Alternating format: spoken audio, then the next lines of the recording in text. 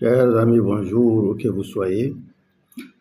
À titre d'illustration, juste pour montrer en image et appuyer ce que les autorités maliennes ont dit par rapport dans le communiqué suite à l'attaque du drone malien par les Algériens.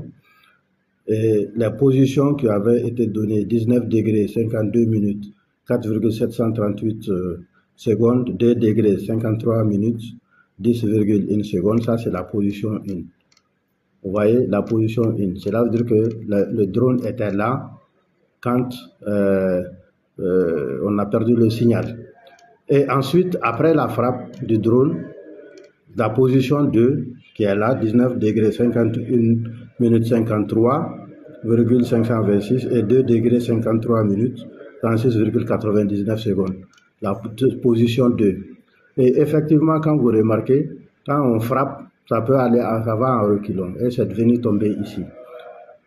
Et ce que les autorités maliennes ont dit, effectivement, c'est vrai. Voici la frontière entre le Mali et l'Algérie. Au sud, au nord, il y a l'Algérie et au sud, il y a le Mali.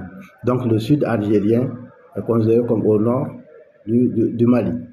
Et ça, c'est la ligne de démarcation.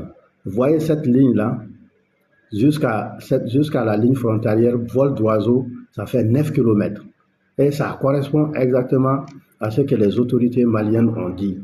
Et on voit également que c'est sur le territoire malien. Donc, ce que je veux dire, c'est que la victimisation de l'Algérie, c'est faux et que les autorités maliennes ont bel et bien raison que le drone se situait en territoire malien et que ça a été frappé en territoire malien et c'est tombé sur le territoire malien. Donc l'Algérie peut se demander pourquoi ils n'ont pas fourni les coordonnées ni les éléments qui montrent que c'est sur leur territoire. Si ça devrait être à 2 km, ça doit être dans les barrages, ici.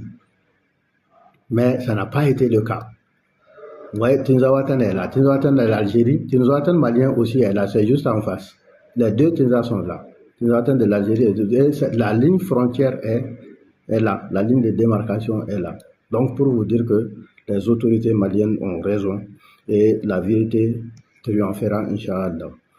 Merci beaucoup. À nous d'en tirer les leçons.